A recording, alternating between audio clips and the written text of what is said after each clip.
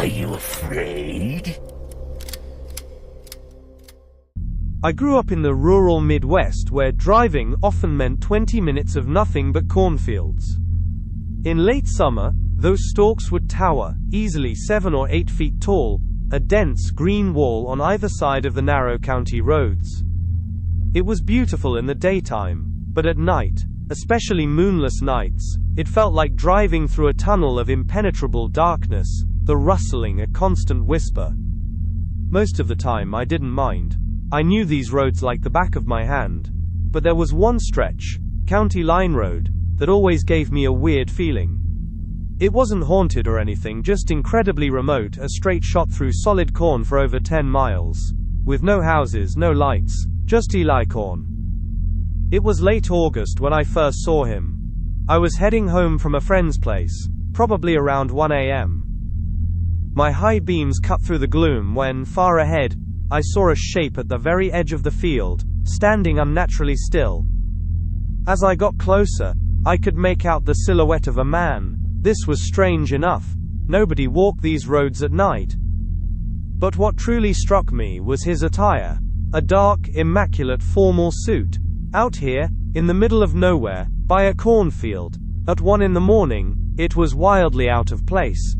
I checked my rearview mirror, seeing nothing but the shrinking tunnel of my taillights.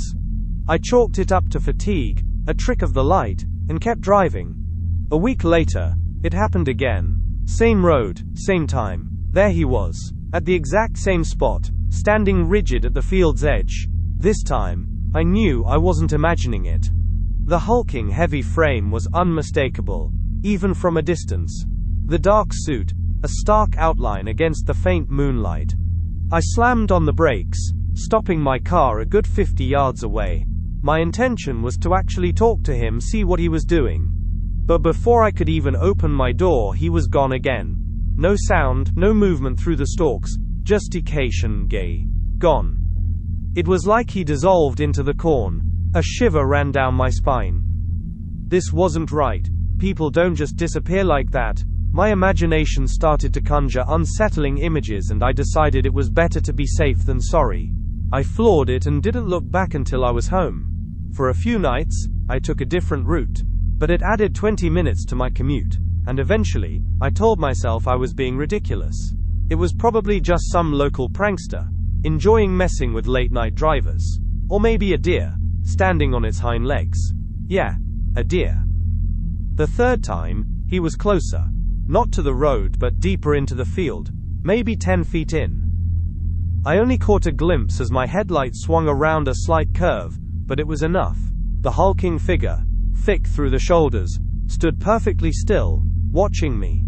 For a split second before I sped past, I saw his head turn slightly, almost imperceptibly, to follow my car. And in that moment, I registered a feature that sent a cold wave through me.